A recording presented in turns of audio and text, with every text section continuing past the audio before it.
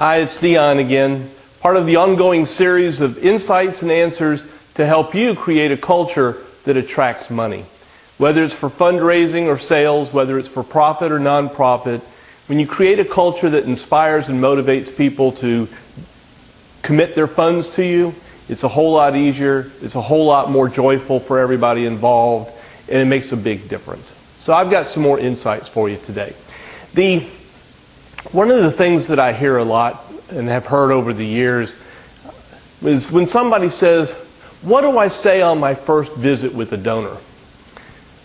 Well, that's a good question. Whether it's a new fundraiser who's just fresh to the profession, or somebody who has just come to an organization and they've got a lot of experience but they're new to the organization, or you've got someone who has known a person for a long time but has never actually sat down to make an ask. Those are three different scenarios and three different suggestions. For example,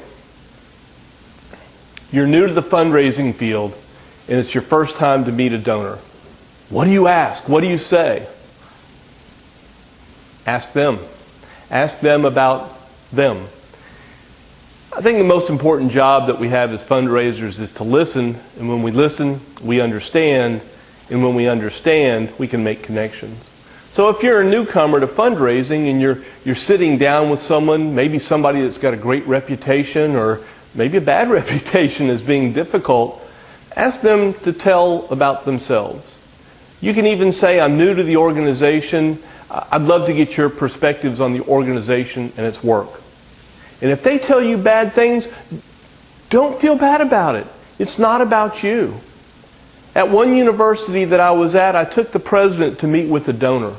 He had become the interim president, and she was a long-standing donor. And so I took him to meet her. It was his first time to talk to her as a donor. They had known each other for years and years in the community. But here we were in her living room, he as president, she as donor. It's the first time they had really met under those terms. So when I asked her if there's anything that the university could do better, she laid it out. She was very clear about the things that could happen differently. The way that the university had a reputation or a history of not really taking care of donors. Well, those happened to be the things I was trying to fix there, and so I was happy to hear that, and he wasn't. He chewed me out the whole way back to campus. Never send me on a visit where there's something difficult. Okay, now see, that was based on an existing relationship. That was based on a confidence and understanding that was built up over time, but he still couldn't deal with it. Now back to my exercise, my point. You're new to the field and you sit down with somebody and you ask them, "Tell me about your experience with this organization. Let me know your stories. Why did you get involved? What have you enjoyed?" Don't be offended if there's things that they don't like. It's okay. In fact, if you look at my blog, you'll see an article, a post that I did about the power of dissatisfaction. When somebody's unhappy, that's a great opportunity to make things right and do it with their support. Okay, so I'm rambling a little bit. I do that.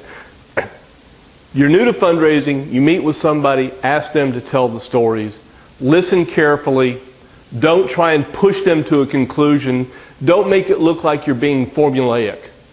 Because the donor's going to be able to tell, oh, they're asking this question because that's the right thing to do. Ask what you're interested in. Learn about them. Okay, now let's say that you're an experienced fundraiser and you're going to a totally different organization. Now what does that mean? It could be from education to healthcare. It could be an organization in Louisiana and then one in Vermont. And so forth and so on. As you change organizations, you're dealing with different cultures, different perspectives, different history. Okay, think of the person that was in your position before you. How did that work out? What were the issues? What were the relationships? Were they good? Were they bad? So as a newcomer, you can say to someone that I am sure that the progress that you've made, the relationship that you've had with the organization will continue to strengthen. I'm happy to be part of that. I'm honored to be part of this relationship. I've looked in your files and I've seen all the things that you've done. Tell me what brought you to that. Tell me how that worked for you. Were you satisfied with the outcomes? Did you go to school here? Were you a patient here?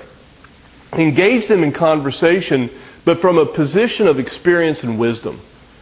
In other words, you're there with a lot of experience and you're listening and able to exchange and dialogue with them in very different ways. And then, of course, the last example is that if it's somebody that you've known for a long time and you have a relationship with a person, but now it's the first time that it's becoming an ask.